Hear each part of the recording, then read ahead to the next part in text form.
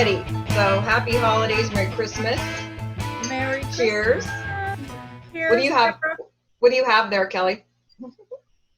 I have a strawberry margarita. It's kind of melted, but I had it in the freezer because here in Wyoming you can go get liquor to go.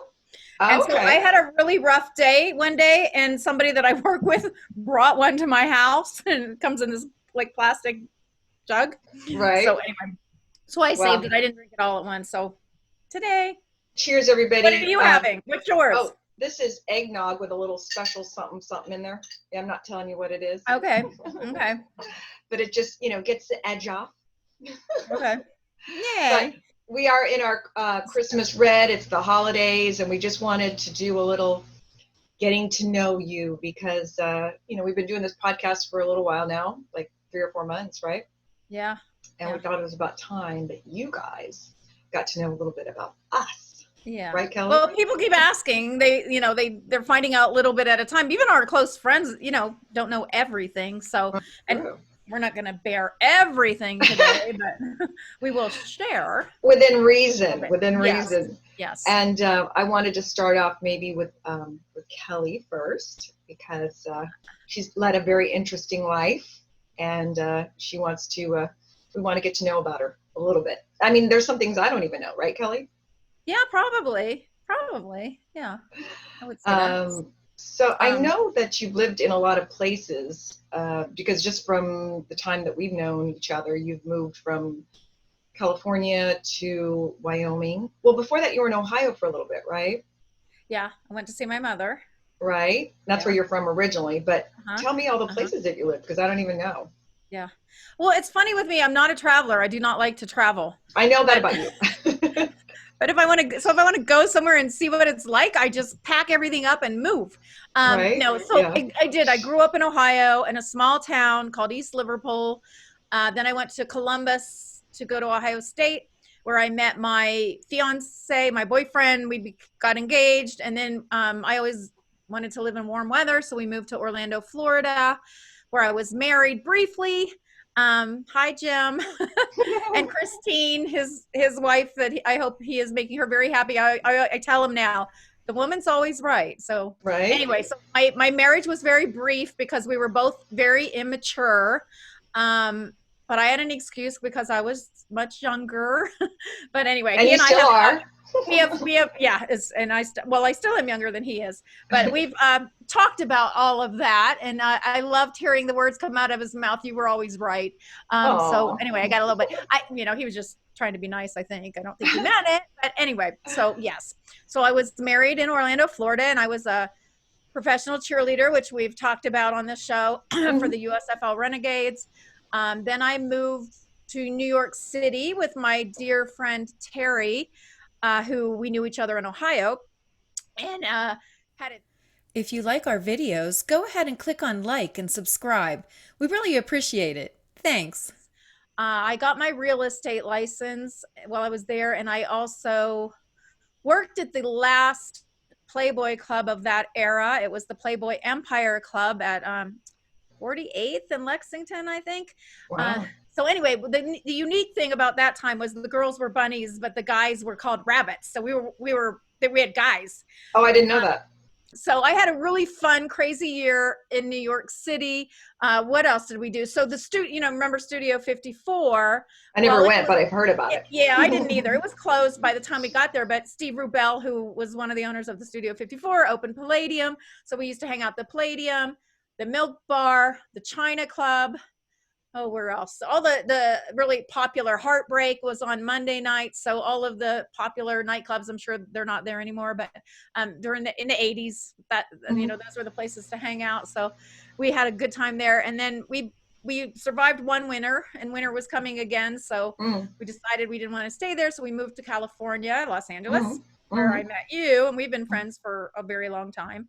And that's where I lived most of my life, was Los Angeles. And I loved the weather, and I always knew I wanted to move there. I never moved there to be an actor or anything, but I ended up dabbling in acting too. But I really moved there for the weather.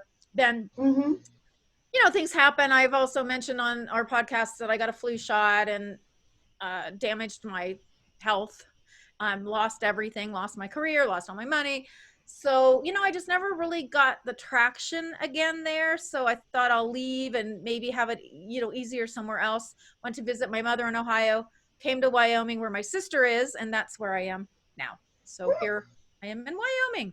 Yeah, and I know you moved a lot, and you mentioned a few of your jobs, but what would you say your biggest jobs or the jobs that you like the most Oh, wow. besides acting? I really like the job I have now. It's very challenging. I mean, everybody that knows me hears my complaints. It's very challenging. I'm in the news business. I'm the general manager of a newspaper. Um, it's a changing industry, so it's going more digital, and I'm in Sure. charge of all the advertising and the revenues, and so there's a lot on my shoulders. I told you even today I woke up thinking, of my job, and I couldn't sleep last night. So, but I like it. I really like it. I like the people I work with. It's something that I'm using skills that I've developed throughout my life to uh, perform my job. So I really like that job. I loved acting, but as my agents always told me, you don't want it badly enough, because I wasn't dedicated in the way that I was going to walk through 3 miles of snow to get to an audition, even though in LA there isn't snow. But my agents would always get mad at me because sometimes I wouldn't go on the audition because I couldn't find a parking spot. And they'd Right. say, they go, you can't do that. You have to park. I don't care if it's a mile away. You have to park and walk. And I'd be like, but that's too far. I'll be hot and sweaty. And they would always say, you don't want it that badly. And I guess they're right. Even though I had, a little bit of success with acting, that was fun. And I was, for a long time, I was a bartender. I bartended my way. I started in Ohio. I bartended in Orlando. I bartended in New York City. And then the clubs in LA. I had a lot of fun doing that. And then, of course, the next level up was I got into management, bar consulting. I started teaching bartending and bar management classes at all the colleges in the Los Angeles area. There's like 15 different colleges. So I did that. I had my real estate license in New York. I had a cookie company, Grandma Gillie's Gourmet Goodies, and I used to sell and package cookies for started out at the shows. I think it was Warner Brothers, ER, and Everybody Loves Raymond, and Ellen. So I would, sell cookies to, once a week I would take a tray of cookies to those shows. And it just got to be too much work. So I called it Grandma Gillie's Gourmet Goodies, and the tagline was made with love. And I remember one day my boyfriend called me and I was swearing. He's like, what are you doing? I'm like, I'm making these blah, blah, blah, blah, blah cookies. And he said, oh, you're falsely advertising because you say they're made with love and you're swearing. And I was like, yeah, because I'm so tired. And then another time he was trying to help me ice them, which was a disaster. I couldn't let him do that. So it was just too much work. So I gave that up. And then I went and did Grandma Gillie's Greetings. I created this character, Grandma Gillie, which was named after my mother, her name's Gillie. So I created this character, Grandma Gillie, and her dogs, Minsky and Priscilla. And I did greeting cards with them. And then I also wrote a children's book, Grandma Gillie's Lessons of Love. And there were 3 different stories. I did, when I was teaching at the colleges, besides the bartending and bar management classes, I started a class called Turn Your Ideas into Cash, because that's what I had done. So I shared what I had done with my students. And then I started a course called Find Your Excellence. I became a life coach. I got certified as a master life coach and started teaching Find Your Excellence, which I still do online. And Turn Your Ideas into Cash is also available online. And then I composed a book called Tales of the Lioness, which one of your stories is in that. Mm-hmm. And I guess, that's pretty much the summary. I've done other little Well, you types also worked at of William jobs. Morris for a little while, right? That's true. I forgot about that. I left that out. So See? when I first moved to LA, Mm-hmm. I was bartending on Friday and Saturday night, but I'm like, well, I have the whole week free. What else can I do? So I went to this, and I was new in town. I didn't really know how anything worked. So I went to this temp agency. Some girl said, you should get a temp job. So I went to a temp agency. I want to say Friedman or something.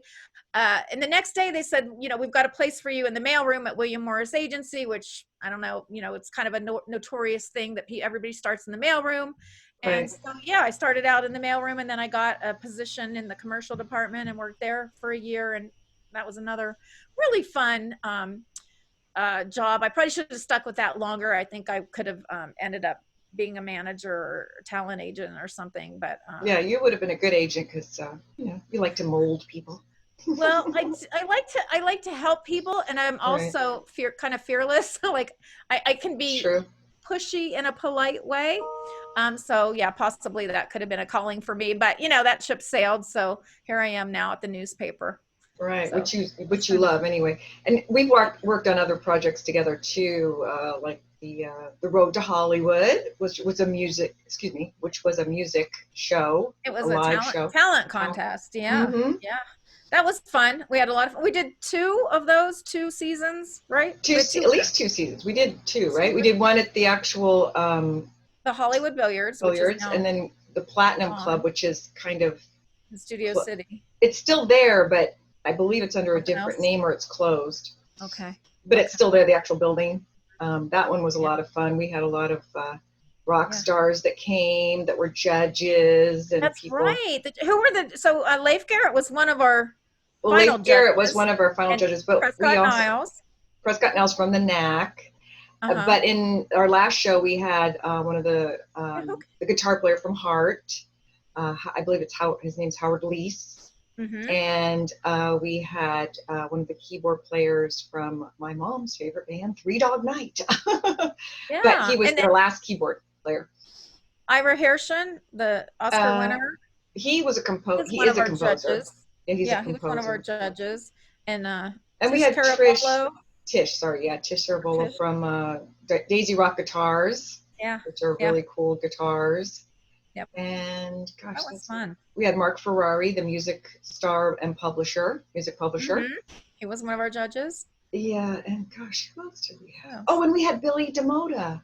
Billy DeModa, he's a casting director. Yeah, the casting. Yeah, yep. Yeah, so that was cool. Yeah, so we got a lot of pretty good people involved, and then the winners, Jessica Oyeloo. I can't remember how to say her last name. And then what was the first one? He was a Burning Man. Yeah, gosh, I forget his name. We should have had that prepared. There were so many. It was hard. I mean, I'm glad that I didn't have to pick a winner because it was hard. There were some really talented. So many talented people, huh? Yeah. That was fun. And you made that happen with the talent and everything. I was more like behind the scenes doing the business, but you really ran that show. And well, I got the live musicians that we had, and we rehearsed, and then I would arrange with the talent the songs they were going to do. We also morphed into another aspect of it where we did Hollywood Idol Broadway, Hollywood Idol Country, Hollywood Idol Hip Hop. We had one of those nights where we did different types of music. Themes. That was kind of cool. Yeah, themes. Yeah. And I got some of my friends to perform because I know so many, performers in LA. So that was really cool. Bridget, who is Bridget Pretty got her own album out, and she does a great job.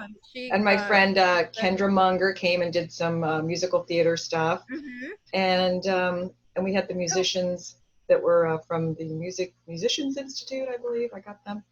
But they're all doing. Who was the one that was on The Voice? Kim something, and she had gone pretty far on The Voice. Yeah, gosh. What was her name? What was her last name? God, I'll have to look that up, and we'll put it. Anyway, we could list it. But yeah, she's still doing stuff.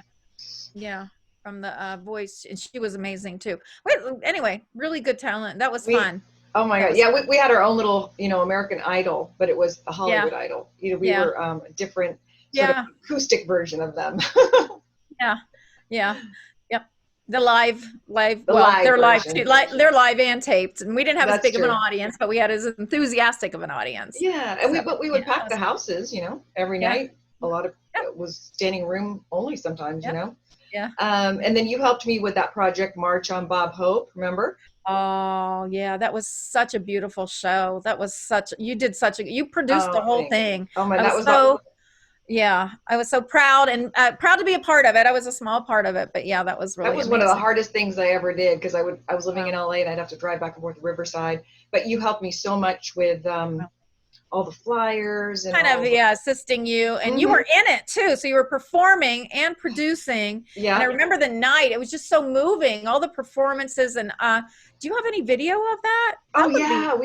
We could even link it up in our thing if we want. We should because that was really amazing. Yeah, Connie Stevens. We honored Connie Stevens because these were all people that had performed with the USO at some point.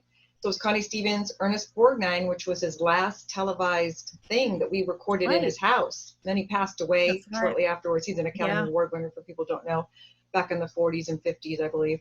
Who else did we have? But we had a lot of stars. That was a big night, and you helped me so much with that. Yeah. Well, thanks. I don't feel like I did enough, but you did. I'm always glad to back you up, Kimbra. Anything you need. So she's my wing girl, my wing woman. Well, and then when I did Tales of the Lioness, which is the book that I put together, you did a story for the Tales of the Lioness. So we've just really had a lot of fun and done a lot of projects together, and I think we work really well together. And so a few months back, I've always wanted to do a podcast, and about 5 years ago I got some friends together. We were going to do something political, and there were 4 of us, and we just couldn't get together, and podcasts weren't as common as they are now, so I just kind of let it go. And then several months ago I was thinking, I really feel like I want to have a voice, and I want to do a podcast. So you're the first person I thought of, and I was so glad when you said yes. I was like, do you remember though our first conversations when I was like, okay, Kimbra, we've both had these really interesting lives, we can just do a podcast, and you're like, well, what's it going to be about? And I'm like, well, we'll talk about us. And then we started talking, and we're like, oh, I guess we're not that interesting. We're not as exciting as the Kardashians, Yeah. We haven't led these scandalous lives. We're basically good girls. Well, yeah. Sort of. So we try to be bad, but it doesn't always work out. But anyway, that was funny thinking back. So then we're like, well, what are we going to do? We're going to have a podcast. Right? What are we to do? Right. And now we decided just to do whatever. We're gonna talk about topics that interest us, and topics that are popular, hot topics. And well, it's kind of morphed too. It's kind of morphed a little bit too, because in the beginning we kind of thought, well, more politicky, but also entertain. I wanted to do the entertainment, and you wanted to do more politics. So we were trying to figure out, which way we're going to go. And then we decided to sort of do it all. And we've caught topics of the day. Plus we bring on a lot of entertainment people, like authors and music people. And we've covered relationships. We've had some relationship guests, and basically what I think we're doing is just calling up on our friends who we have all different kinds of friends from different industries, and having them on as guests. And hopefully people will enjoy, the conversations. Hopefully we offer something that people are interested in. And I think from what I've heard, we do.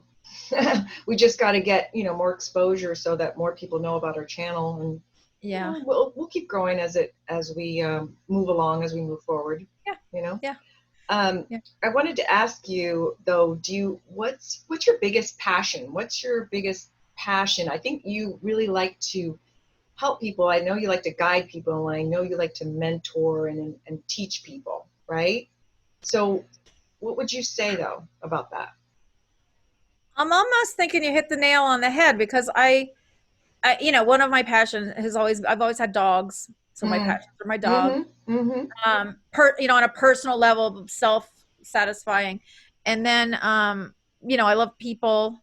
Yeah, I do think I like teaching. I really like teaching and helping people grow, because every class that I've taught has taught me, has helped me grow. And even like in my position right now as a manager, the challenges are to help people without letting them know that I'm helping them, because without the challenges trying to get them to do what I want without trying to make it their idea. Sometimes that doesn't always work out, but I've always been fascinated with, I guess, what makes people do the things they do. I'm always interested. I have a lot of psychology background. I studied psychology in college, and I read a lot of books about psychology and self-help. I was always interested in self-help, because Lord knows I need my own self-help. We all do. I think that's how Find Your Excellence came about, because when I taught the bartending classes, people, I really tried to teach them more than just how to make cocktails. I taught them how to customer service, and how to sell, and how to be the best bartender that you could be. And then in the management courses, I taught the managers how to, I taught them some kind of radical things sometimes, that, when I tell them, your top priority is not the customers. It's the overall business. But then behind that the customers are number 3. And then I said the staff is number 2, and they'd always be like, what? And I would explain it, you teach your staff, you take care of them, and they will take care of the customers, because you're not Right. waiting on people. So I just really always was observing and examining what makes people tick. Hmm. um, I Part of it was because I was trying to be a better person. I've made every mistake you can make. I say the wrong things all the time because I don't censor myself. I told my staff that I work with now, when I started, I said, listen, you guys, I got your back. I love you, but I'm not perfect, and I'm not going to always say the right thing. I'm going to offend you sometimes. I'm going to be too abrupt. I'm going to be busy, but feel free. The one thing that my employees have always said is they appreciate that I allow them to get mad at me and tell me, and I Right. will apologize and try to make it right. I don't think they always do, but I try to catch myself when I'm, too I've said harsh that or about whatever. you too. I've said that about you behind your back, even like that. Oh, You're good about, when you think you've made a mistake, or you'll think about something, and then you're very big that way that you will apologize. A lot of people are not good at apologizing because yeah. I guess it's hard for them, maybe for their ego or whatever, but you're good about, like, I mean, we all have those times where we Yeah. don't because we didn't realize it, but I think Right. you're good about examining the situation, and then in retrospect, and then say, maybe I didn't handle that right, and I owe that person an I apology. try. But one thing that I tell people, if you're close to me or even not, please let me know if I offend you, to give me the chance to apologize Mm-hmm, and make it mm-hmm. right. Because if you hold that in, you're going to punish me in ways that I'm not even going to understand, because I don't always know that I offend someone. Sure. And even the people I work with, they'll come to me and they'll go, uh-oh, I'm in trouble. And I always say, nobody's ever in trouble. As long as, one of my big things is, as long as nobody's bleeding and we don't need an ambulance, there's nothing Right. we can't fix. I That's a mean, good we'll, point. if we need an ambulance, let's get on the phone right now and call them. But, and then that's Mm-hmm, that's a big deal. But everything else is minor. We can, as long as what I did with Find Your Excellence was try to teach people to be self-aware. So there's mm-hmm, all these activities and exercises that you do mm-hmm, to examine and why you do things and what you do and your mm-hmm. relationships with other people. And so the funny thing about that class is, though, I was just talking to my friend Michi the other day. She's a amazing person. She just sees the light in everyone, and she's a Zen master. I don't know if that's Mm-hmm. the technical term, but that's what I call her. Mm-hmm. And I was telling her that my goal in life is to help people be their best. And my Find Your Excellence class, I feel, is the basics, something that everybody could benefit from. But the people that I imagined coming to the class were people that were really struggling and not doing well in life. And the Mm-hmm. people that would come were like PhDs. Deidre Hall came one time. She's on Days of Our Lives, and I played her secretary. She didn't even know it was my class. She signed up for it and came, and we were like looking at each other, and she's like, I'm like, Dee? And she's like, yeah, Kelly? And I'm like, yeah. So it was really interesting, though. What I found is very successful people were coming to take this class.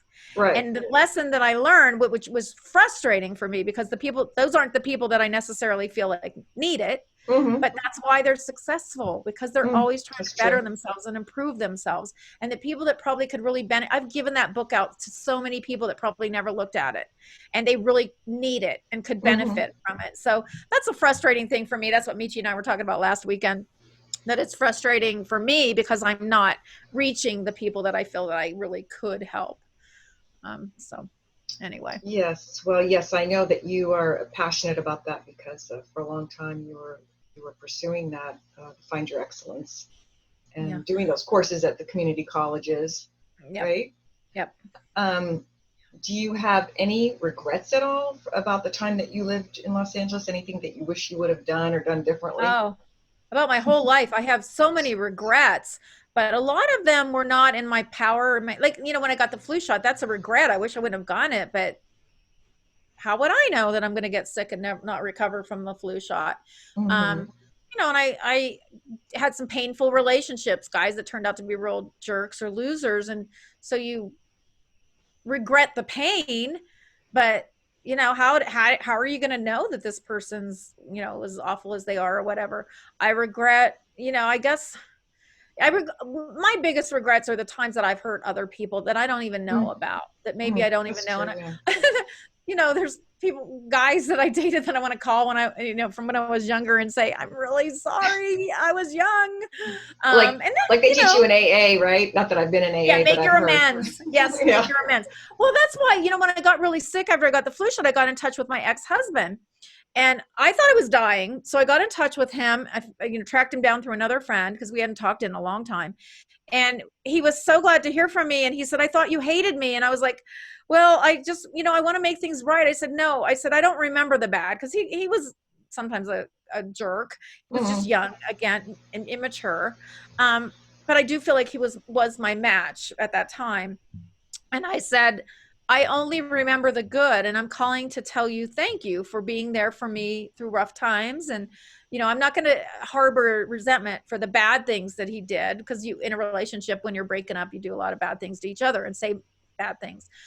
So, it was healing. It was healing for both of us. And then he went on and found someone and married her. He had never gotten married all those years, and he found a beautiful woman and married her. So I hope that I was part of that healing for him. Maybe it had nothing to do with it, but yeah, there's people that I probably owe apologies to that I probably don't even know. So I guess those are my biggest regrets, because the thought of the thought of hurting another person. It's true. Good point. I know. I guess we've all done that at some point in our life. Yeah, and we don't mean it. I remember one time I was complaining about something or appalled by something. I think it was like somebody did something in the news or something. I was like, oh my gosh, I can't believe they did that. And one of whoever I was talking to, I can't remember who it was, but she said, Kelly, people are assholes. And I was like, huh? I always see the good in people and think that people are generally good, and most of them are, but there's some really pretty awful people in the world that I guess I've ignored that they exist. Right. So anyway, yeah, I guess we all owe apologies. We all have good. I can't think of anyone that hasn't done something that hurts someone at some point. I mean, unless you're like a perfect human being, and that's pretty rare. Right.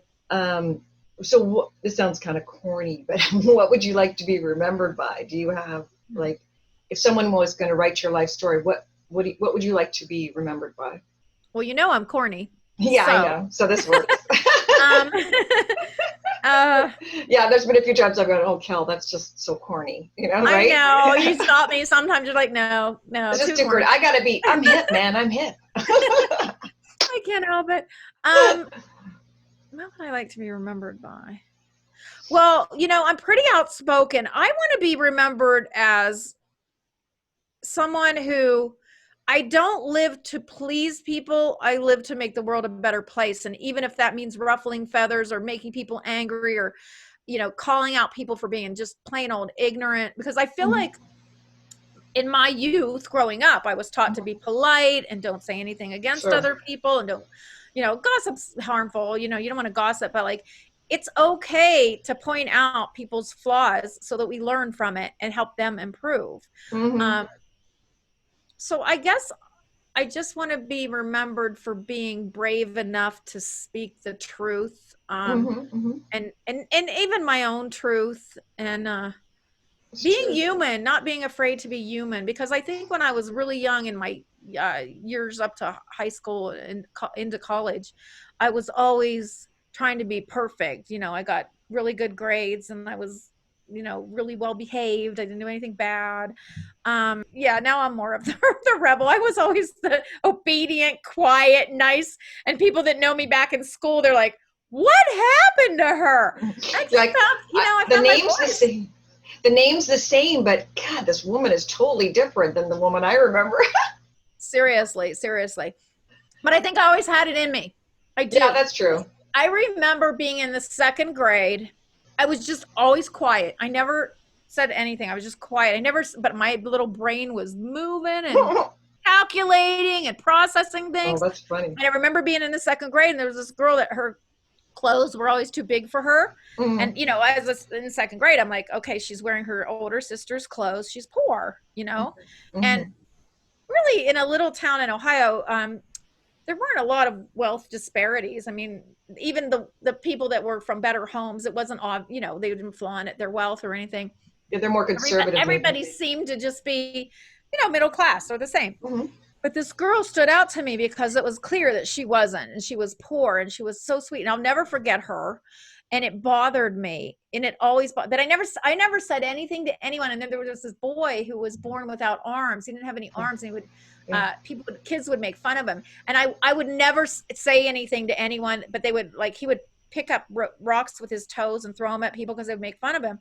Mm-hmm. And back then I was just horrified and wouldn't say anything in his defense, but I never forgot it. I always remembered it. And I think that things like that fuel my fire now, because I am not going to stand by and let something like that happen, and let somebody disrespect someone or hurt someone's feelings or tear them down because of who they are, what they have. So I think, I was always aware. I just finally got my voice.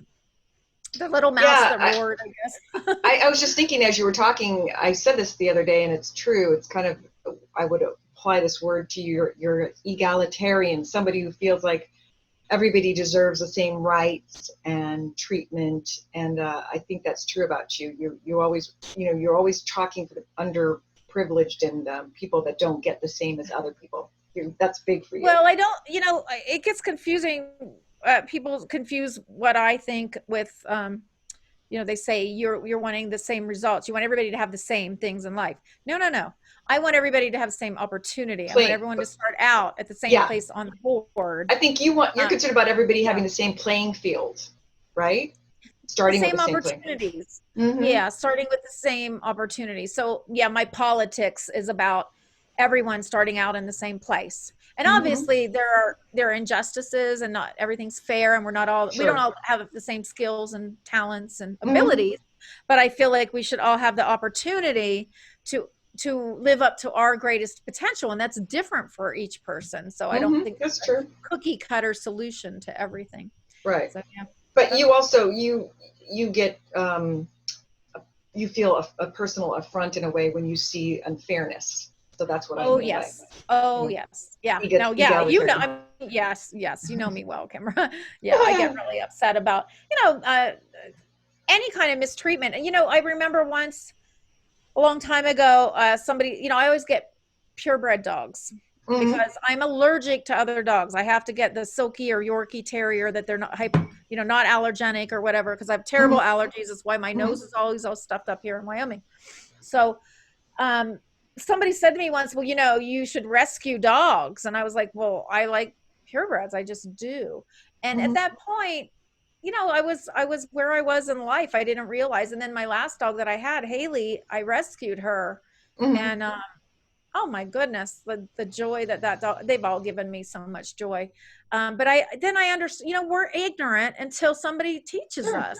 Sure. We're all ignorant. We don't, and there's things I believe that could be wrong or, not just in the world. So I'm always open to hearing new ideas and opinions, but not the stupid ones, not the ones that have already been proven, like the flat earth thing. We always talk about the flat earth thing. I'm like, no, I'm not going to go there. Get out of here. Well, until you can show me, I don't believe it. I need proof. Yeah. So anyways, well, anything you want to add so people don't know about you? Anything that people don't know, do you want to add? I just hope that people understand where I come from, is that I do want opportunity for everyone. And I think that benefits all of us, because if everybody has an opportunity to live up and be their greatest, we all benefit from that. So people like Steve Jobs and Bill Gates and Mark Zuckerberg, they came from privileged families and they've done great things with their lives. But how many people didn't get those opportunities, that had to, some people will say, well, they worked really hard. Yeah, but they didn't have to worry about paying their bills. They had families that sent them to good schools, that, probably had supported them while they, went on their ventures and their journeys. They had connections, family connections. So I right or wrong, good or bad, the way I express myself, I really want everyone to live up to their greatest potential, whatever that is. So, and less pain, less pain and less injustice in the world. So that's really what I want to be remembered for. So anyway. Well, I will And remember you that way. well, Kimbra, and I want to say to you, Merry Christmas. And I Hey, am you so too. enjoying our journey here. We've had so many fun things that we've done together, and I'm really enjoying doing the podcast with you. And Oh, thank you. It's we're been fun. gonna, It really has. yeah. It's Well, enlightened me. It's it's a enlightened me. journey, and it's an experience for us too. And we hope that we can touch other people with what we do. So, Yeah. So Merry Christmas. if you like us, like and subscribe. Yes, yeah. As our friend Chris Dolliver says, like and subscribe, please. Gotta love him. So All right. yeah. But Merry Christmas, Merry Christmas, everyone. everybody, Happy and New Year. happy New Year. Bye 2020. Goodbye. I can't get Auf rid of. Wiedersehen. Wait to get rid of that. Yeah. Okay. See you all soon. Merry Christmas. Bye. Bye.